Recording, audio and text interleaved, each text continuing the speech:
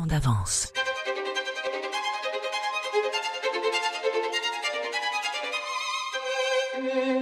Le podcast des entreprises en mouvement. Épisode exceptionnel sur temps d'avance, où nous allons parler cette semaine du cash dans tous ses états.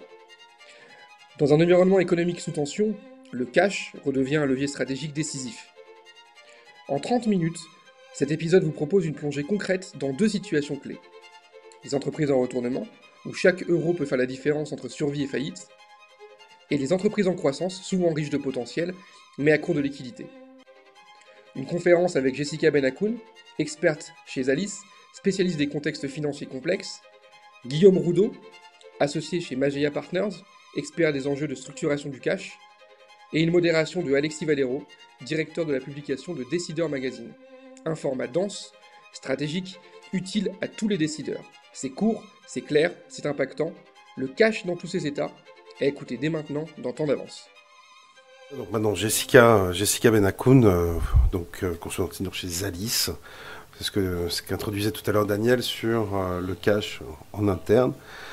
Le cash, oui, le cash important, le crédit est important dans la stratégie de développement des entreprises aujourd'hui, dans un contexte post-Covid, c'est ce qu'on a vu, avec une inflation qui existe et un contexte difficile. On en est où aujourd'hui, Jessica, par rapport au rôle de ce crédit auprès des entreprises ? Alors moi, je vais essayer d'être un peu plus mitigée peut-être que Julien sur mes réponses, puisqu'il y a des sujets de préoccupation, mais il y a aussi des sujets, des raisons d'espérer. Donc voilà, ce sera ni l'enfer de Dante, ni les bisounours, mais ce sera plutôt l'ornithorynque, on va dire, de la finance. Bravo. Donc effectivement, comme tu le disais, suite à la pandémie du Covid, les entreprises ont eu largement recours au PGE. C'est un sujet sur lequel je ne vais pas forcément m'étaler puisqu'il est connu de tous, mais on sait que ce dispositif a permis finalement d'investir à peu près 150 milliards d'euros dans l'économie française et donc a permis à un certain nombre d'entreprises de survivre à la crise sanitaire. S'en est suivi une hausse des prix, notamment dans l'énergie et dans l'alimentaire, qui de fait alimentait l'inflation, et donc la hausse des taux directeurs de la BCE, des taux d'intérêt appliqués aux entreprises, et ce qui a eu vraiment pour effet de rendre le crédit plus coûteux et de par là, on va dire, moins accessible. Et donc face à ces défis, de nombreuses entreprises, que ce soit de grandes entreprises, mais des TPE et des PME également, ont notamment reporté, annulé certains projets d'investissement, aussi des pressions sur la trésorerie qui ont été dues à l'allongement des délais de paiement. Et donc on observe notamment, malheureusement, un certain nombre de défaillances, ou en tout cas une hausse des défaillances depuis 2023, puisqu'en fait un certain nombre d'entreprises ont été maintenues en vie, on va dire de manière un peu artificielle, par les aides publiques. Et donc dans ce contexte, effectivement, les entreprises doivent adapter leur stratégie et principalement, finalement, diversifier les sources de financement et surtout optimiser la gestion de leur trésorerie. Donc on va parler pas mal de crédit bancaire, mais c'est vrai que je voulais mentionner une alternative aussi qui existe au crédit bancaire et qui est le recours finalement à la dette unitranche, dont on entend souvent parler, qui est proposé généralement par les fonds de dette et qui est un outil intéressant parce qu'il permet en fait à la fois une plus grande flexibilité, on va dire, par des financements qui sont vraiment sur mesure pour les entreprises, un process qui est généralement plus simple et plus rapide, mais évidemment qui présente un inconvénient, c'est son coût qui est généralement plus élevé, et évidemment des covenants, on va dire, qui sont généralement un petit peu plus stricts, et donc les principaux acteurs qu'on connaît sur le marché français, de type Tikeo, Euraseo, Capsa, sont très populaires dans les financements d'LBO. C'est un marché qui s'est développé très largement, puisqu'il représentait à peu près 10 milliards d'euros en 2012, contre à peu près 120 aujourd'hui. Et c'est une solution justement qui est aussi accessible aux PME, aux ETI, mais qui requiert malgré tout une expertise assez pointue pour permettre de négocier des conditions d'accès convenables et surtout de comprendre les engagements qui sont pris. Parce qu'aujourd'hui, le marché, oui, s'est diversifié. On voit de plus en plus d'acteurs, que ce soit auprès des fonds, le bancaire, les fonds de dette, ça c'est top. Mais il y a un système... Concrètement, là, depuis 2022, il y a eu des hausses de taux d'intérêt. Est-ce que ça a modifié, parce que même s'il y a ce marché qui se structure, est-ce que les hausses de taux d'intérêt ont malgré tout modifié l'accès au crédit et le comportement des des entreprises que vous voyez aujourd'hui? Oui, effectivement. Depuis 2022, les hausses successives des taux d'intérêt auxquelles on a tous assisté ont vraiment profondément modifié l'accès au crédit et justement le comportement des entreprises, puisqu'il y a clairement un resserrement des conditions d'accès au crédit, on va dire avec des taux directeurs qui sont passés d'à peu près 0 à peu près 4%. Effectivement, il y a un impact très significatif. Les banques qui se montrent beaucoup plus sélectives, avec des exigences de garantie et des ratios financiers beaucoup plus stricts. Et puis finalement, une baisse de la demande de crédit, comme dans tout marché où les prix augmentent. Et donc, comme on le disait précédemment, un report ou carrément une annulation de certains projets. Donc il y a moins de recours, on va dire, au levier, et d'ailleurs beaucoup moins d'opérations d'LBO, et surtout une priorité qui est donnée à la rentabilité. Malgré tout, on voit que l'inflation, et je pense que Julien, tu l'as un peu évoqué en introduction, elle repasse aux alentours des 1% là dans les chiffres de mai. Et donc, ce qui laisse quand même anticiper une poursuite de la baisse des taux et donc un meilleur accès au crédit pour les entreprises. Il faut juste prendre en compte qu'il y a malgré tout toujours un petit effet retard et un contexte, on va dire, prudentiel qui va se poursuivre. Voilà, il y aura un petit délai avant une reprise franche. Voilà, et en fait, finalement, la raréfaction, on va dire, ces dernières années du crédit bancaire a permis aussi la montée en puissance, justement, des types de financement alternatifs. Ouais, parce que là, concrètement, en tout cas, quand on parle avec des banquiers, aujourd'hui, selon la typologie des entreprises, l'accès au crédit semble quand même différent. Il y a une recherche aujourd'hui, mais leurs attentes, oui, ont pu évoluer. Aujourd'hui, vous, quand vous arrivez, quand vous voyez des entreprises venir vous voir, vous parler de leur accès au crédit, de leur financement, les attentes des banques restent les mêmes. Enfin, vous sembliez expliquer qu'elles avaient évolué. Donc, oui, non. Et en quoi est-ce que ça a pu changer ? En fait, on va dire, on reste d'ailleurs toujours sur les mêmes fondamentaux, puisque en fait, les banques, on le dit, on le répète, les banques cherchent à être remboursées des crédits, non pas par les garanties qu'elles prennent, mais par les cash flows qui sont générés par les projets qu'elles financent. Et donc finalement, elles scrutent toujours les mêmes indicateurs qui sont très importants, de type évidemment EBITDA, rentabilité, la capacité d'autofinancement, ou grosso modo, on va dire, ça dépend des secteurs, mais les banques s'attendent à ce que, on va dire, la CAF permette de rembourser la dette nette sur un horizon à peu près de 3 ans. La dette nette sur les fonds propres, évidemment, au plus ce ratio est bas, au plus l'entreprise est solide. Et on va dire, ce qui est clé vraiment aujourd'hui, c'est le pilotage du BFR. Et ça, je pense que voilà, Guillaume va en parler de manière un peu plus extensive. Mais c'est vrai qu'au-delà de ces chiffres et de ces ratios, finalement, les banques, elles analysent aussi certains aspects un peu plus qualitatifs, comme par exemple un BP qui est censé être non seulement cohérent, mais surtout réaliste, ce qui est l'une des problématiques principales qu'on rencontre quand on échange avec des chefs d'entreprise. Clairement, la qualité du management, son expérience, sa crédibilité qui rentre en ligne de compte. Bien sûr, la pertinence du projet à financer en fonction du contexte économique et sectoriel. Et puis toujours, on en revient aux garanties, les cautions, les nantissements, ou d'ailleurs la BPI qui intervient sur un certain nombre de projets. Il y a un intérêt à avoir un fonds aujourd'hui au capital avec eux, au moment d'aller voir les banques. D'avoir un fonds avec la BPI ? Ouais. Non, avec l'entreprise. Oui, souvent les fonds, on va dire, certains organismes financiers, on va dire de manière générale, avec lesquels ils ont en tout cas un track record, avec qui ils ont l'habitude de travailler, et puis ça donne malgré tout toujours une garantie, on va dire, en termes de sérieux, d'informations financières, d'équipes de management, etc., qui sont clairement des points positifs.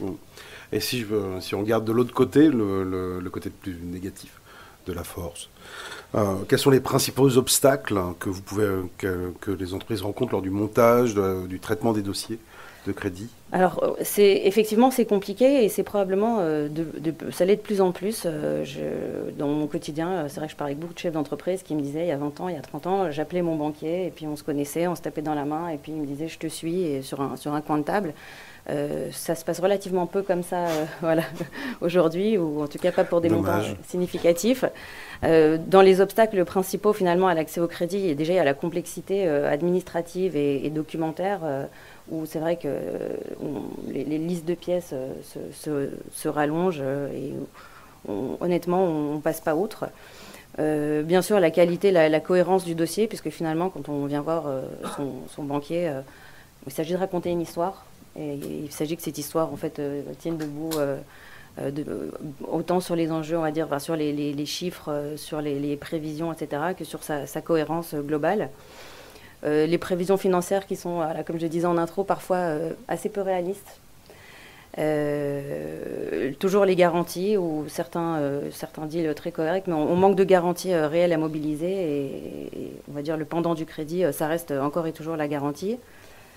Il y a aussi malheureusement parfois de beaux dossiers, de belles entreprises, mais des historiques un peu fragiles ou un peu opaques, par exemple une compta qui a été mal tenue, un endettement qui est élevé, des retards de paiement par le passé qui finissent toujours par réapparaître au moment le moins opportun.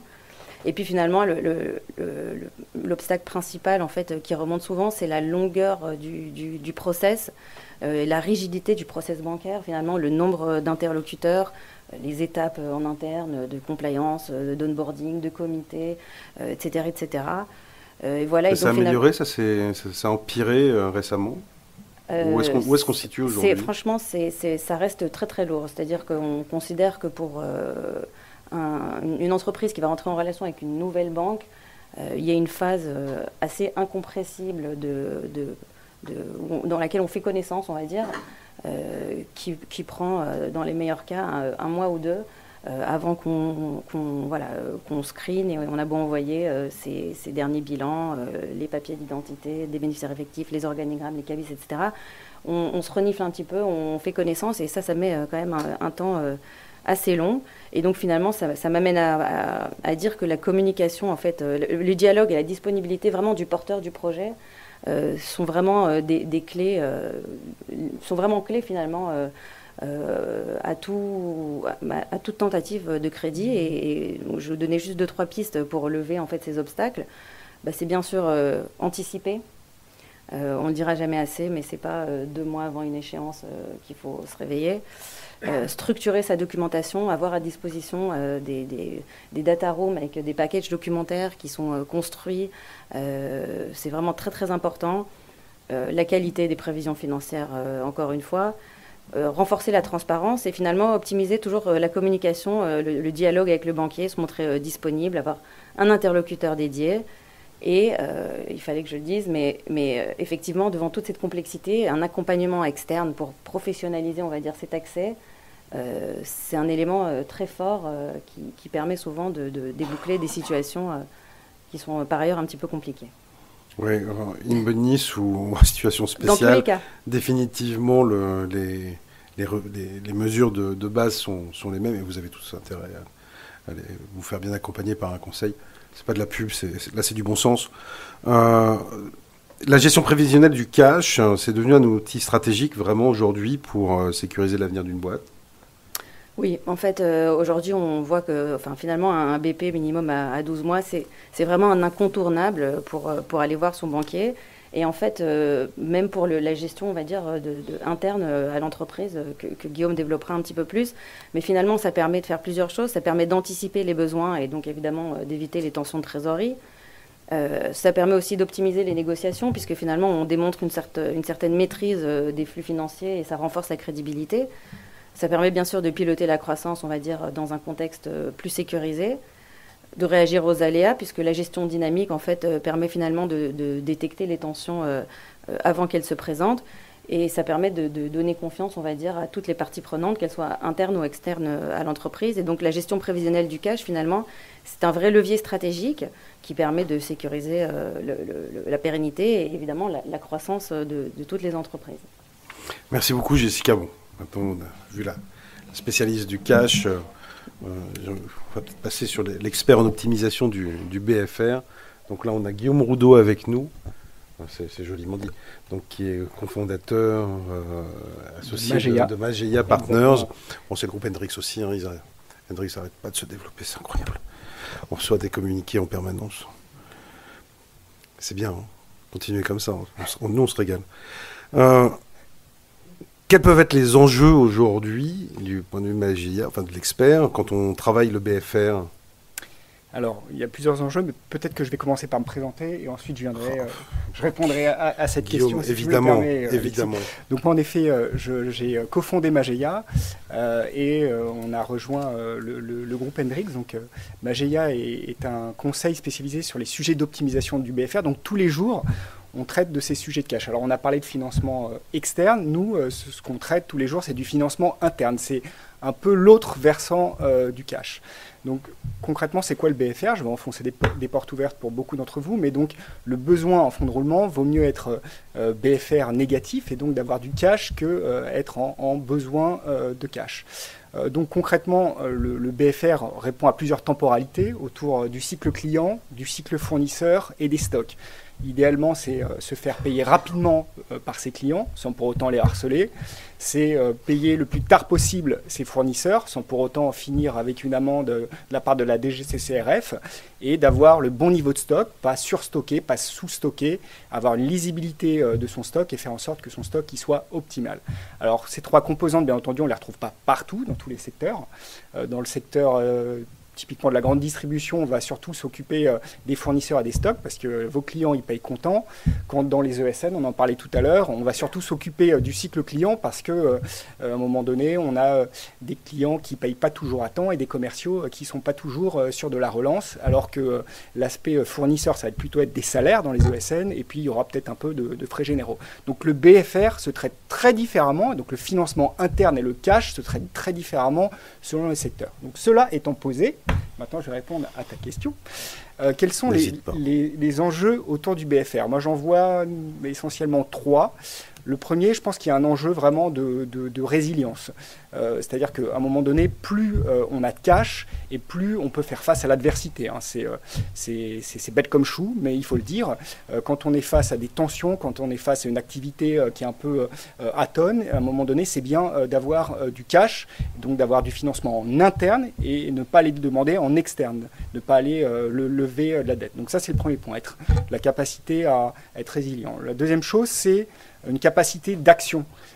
Forcément, une entreprise, elle investit, elle fait des acquisitions, elle recrute, et bien tout ça, ça nécessite d'avoir du cash. Et justement, les gagnants, ceux qui gagnent, c'est ceux qui ont du cash qui est mobilisable rapidement. Donc c'est là encore, quand on a optimisé son BFR, on a une capacité à aller chercher ce cash rapidement en interne.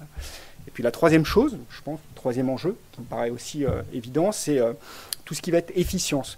Parce qu'elle est optimiser son cycle client, donc sa relation avec son client, elle est optimiser sa relation avec son fournisseur et avoir des stocks qui soient un niveau de stock qui soit assez idéal, ça implique d'être optimisé en interne, d'avoir des process qui soient fluides, d'avoir une donnée, une data qui soit là, et in fine, c'est une saine gestion. Donc il y a un enjeu d'efficience interne qui est fort.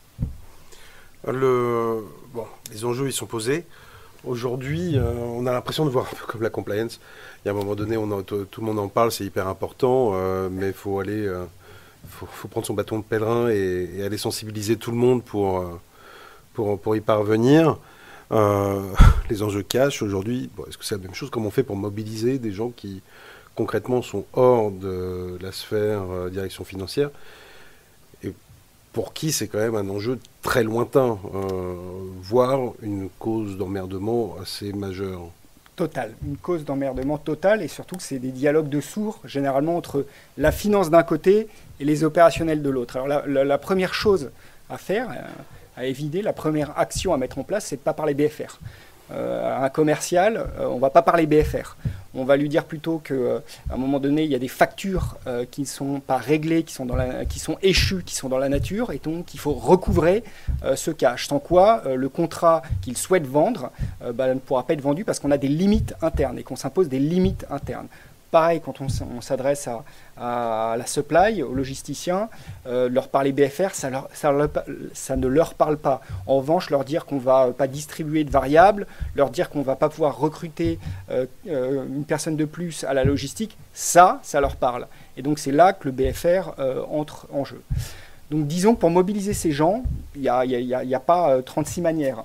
Il y a les bonnes vieilles recettes, c'est de faire en sorte déjà d'avoir une personne qui a un lead BFR, une personne qui est en interne et qui sait un peu faire la courroie de transmission entre le niveau finance, le niveau central et ces gens du terrain, ces gens concrets, c'est concret, les opérationnels.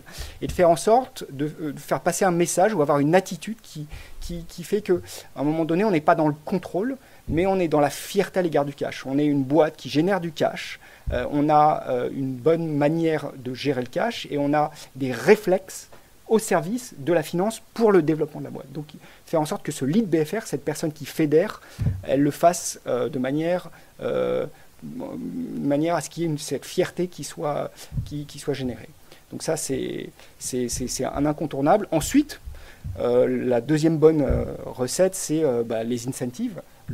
Faire en sorte qu'à un moment donné, le fruit de tout ça soit distribué, donc du variable, des incentives. Et puis la troisième chose, c'est donner du sens. Et donner du sens, c'est à travers la mise en place d'indicateurs, le fait qu'à un moment donné, on parle tous le même langage et qu'on restitue là où on en est. C'est-à-dire quand on se fixe des objectifs, des cibles, qu'à un moment donné, le lead BFR, la direction, la finance disent à ces personnes, leur disent oui, vous avez atteint vos objectifs et qu'à un moment donné, on soit dans un processus avec une fierté collective. C'est ça le BFR, c'est du concret. J'étais très content parce qu'on a vu qu'il y avait également la carotte et pas que le bâton. Et j'avais un investisseur en retournement qui lui avait mis dans la salle d'accueil un dessin avec comme une piscine qui se remplissait au fur et à mesure des niveaux de BFR, peut-être à faire par ailleurs. Comment concilie le... Ouais, là, il fallait surnager parce que ils ont survécu. Comment concilier finalement les process de cash harmonisés, d'implantation internationale, c'est une question qui est longue, avec des différences culturelles majeures? Alors ça, les différences culturelles. Ça, c'est un obstacle. C'est très compliqué. Pourquoi? Alors, la bonne nouvelle, c'est que le cash, c'est universel. Ça parle à tout le monde. Où qu'on soit, quelle que soit la région d'intervention, quelle que soit la région où sont les collaborateurs d'un groupe, le cash, ça parle à tout le monde.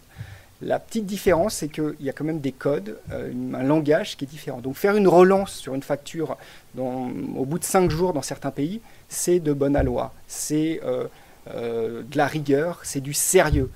En revanche, dans certaines autres régions, c'est vécu comme une agression. Et c'est là il faut composer avec cette diversité géographique. Et pour ça, il faut se dire qu'à un moment donné, on va avoir un socle commun, par exemple un DSO cible, par exemple une politique de crédit harmonisée, par exemple un pourcentage d'échus à respecter, mais avoir des déclinaisons locales. Et des déclinaisons qui emportent les codes, les langages, les spécificités, et pour pas que au niveau local, les commerciaux ne comprennent pas et qu'il n'y ait pas d'agression, que ce ne soit pas vécu comme une agression, quoi. Tout à l'heure, on évoquait le besoin d'aller sensibiliser l'ensemble de l'entreprise, enfin vers le bas, c'est carotte, bâton, carotte. C'est en haut aussi. À quel moment on fait, qu'est-ce qu'il faut faire pour que ça devienne, parce que pour faire comprendre aux gens d'en bas que c'est important, il faut aussi que ce soit peut-être un sujet pris par le COMEX et pas uniquement par la direction financière. Comment on fait? C'est quoi la recette? Alors complètement. Déjà, peut-être rappelons qu'une société, une boîte qui fait à peu près 100 millions d'euros de chiffre d'affaires, un jour de DSO gagné, donc un jour de règlement d'encaissement client gagné, c'est à peu près 270 000 euros. Donc pour une boîte qui fait 10 fois plus, donc 1 milliard, ça va être un peu moins de 3 millions. Donc c'est énorme, les enjeux sont énormes. Ça veut dire quoi? Ça veut dire que la finance ne peut pas être seule, la DAF, le CFO ne peut pas être seul dans cette action. Il faut qu'il soit entouré. Ça tombe bien, puisque le cycle client, le cycle fournisseur, les stocks, de toute façon, ce n'est pas de la finance. C'est des commerciaux, de l'administration des ventes, du credit management, de la finance in fine, de la compta. Ça va être des achats, des acheteurs, ça va être de la supply, des logisticiens. Donc ça va être des gens du terrain, ça va être du concret. Donc imaginons une photo, on prend une photo du BFR. Eh bien, sur la photo, il y aura toutes ces personnes-là, tous ces collaborateurs. Au milieu, on aura le CEO, c'est lui qui doit fédérer. Dans des environnements de type LBO, on aura le fond à côté du CEO. Et puis le photographe, ça sera le CFO qui sera là en train d'essayer de mesurer, de suivre, de donner quelques indications. Voilà. Mais c'est le CEO et le fonds d'investissement quand on est en LBO. Oui, ils vont rajouter en plus un reporting ESG. Avec un reporting, bien entendu. en parlant d'outils, derrière, parce que ça c'est bien, mais il y a aussi des outils aujourd'hui. Julien évoquait l'intelligence artificielle là, qui révolutionne tout. Ça change quoi dans cette chasse au cash? Il y a des outils, il y a des méthodes Alors, l'intelligence artificielle, c'est arrivé très tardivement dans la finance par rapport à d'autres secteurs. Moi, ce qu'on voit, nous, aujourd'hui, c'est que l'intelligence artificielle détecte les signaux faibles. Typiquement, un encaissement client, un client qui devient fébrile, un fournisseur qui devient fébrile, ou bien un RIB qui, à un moment donné, ne comporte pas de mention, de bonne mention, eh bien, tout ça, l'intelligence artificielle va le détecter. Et donc ça, c'est un peu nouveau. Mais là où il y a quand même de l'apport, c'est que l'intelligence artificielle va automatiser de manière intelligente, sans faire un mauvais jeu de mots. Typiquement dans le recouvrement, on voit qu'aujourd'hui des agents conversationnels peuvent aller faire du recouvrement de niveau 1 très très facilement et très très rapidement, ce qui était auparavant entre les mains de credit managers, de personnes. Quand on dit niveau 1, concrètement, qu'on est néophyte comme moi. De niveau 1, pardon, c'est de la relance. On a une facture échue, sans rentrer dans le litige, dans le contentieux. Niveau 1, on va dire, à un moment donné, on va avoir un agent avec qui va converser par mail entre client et fournisseur. Et avec des mots-clés, la situation va pouvoir avancer, se débloquer. Voilà. Après, quand on rentre dans le litige ou le contentieux, là, il faut l'intervention humaine et l'intelligence artificielle ne suffit pas encore. Ça doit être niveau 2. Ou niveau 3. Donc 3. On peut encore utiliser Excel. Et pardon, pour compléter, excuse-moi Alexis, ce qui est important, ce qu'on dit quand même, c'est qu'on parle d'intelligence artificielle. L'intelligence artificielle, c'est quand même le fondement de tout ça, c'est la data. Et dans le domaine financier, il y a énormément de data qui n'est pas cleanée, pas nettoyée, qui, à un moment donné, n'est pas exploitée.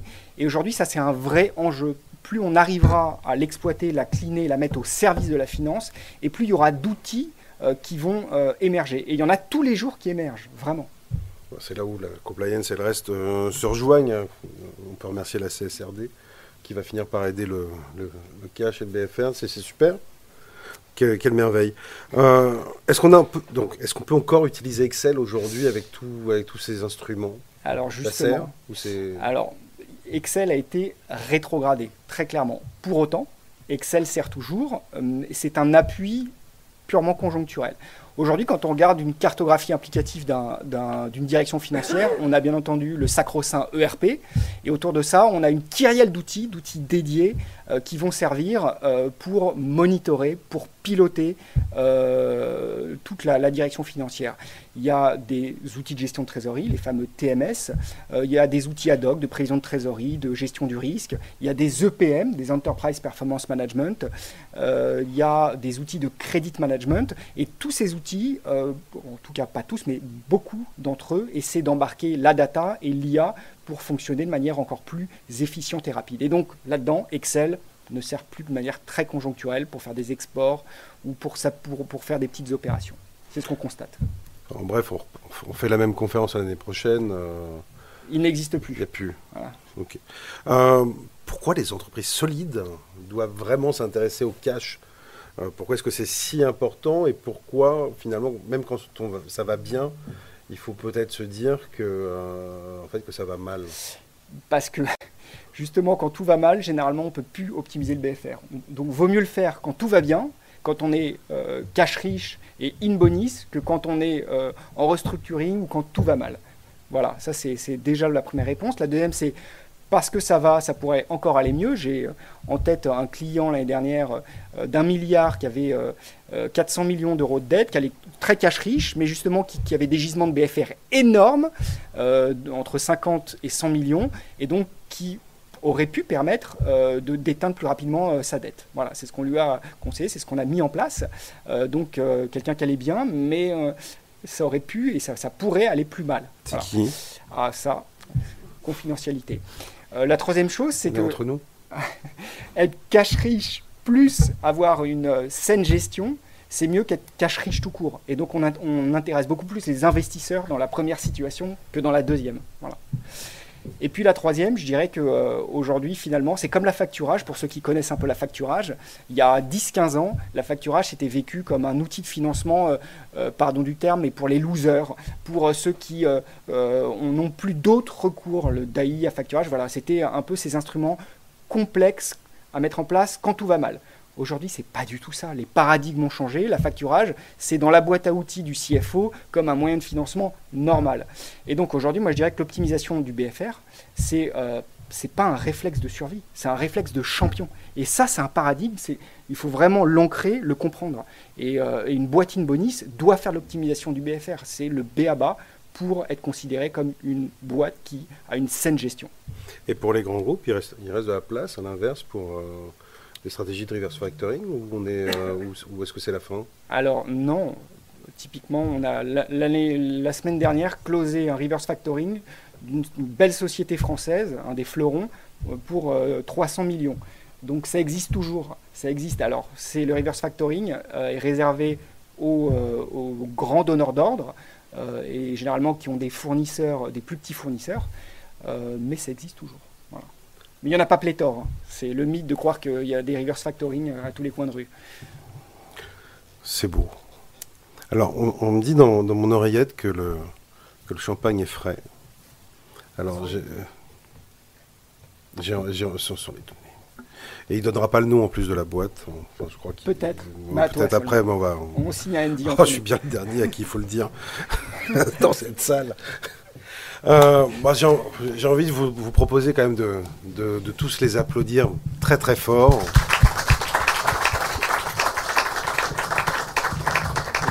Et maintenant, il y a un petit jeu de recherche. Voilà, c'est normalement au troisième baobab à gauche, vous trouverez le champagne. C'est un peu loin, mais on va tous y aller en groupe. Vous pourrez leur poser des questions à ce moment-là, une coupe à la main. Je vous promets, dans 2 coupes après, ils vous diront tout. Et vous avez pu voir à quel point ils étaient intéressants. Merci Daniel pour l'invitation. Temps d'avance.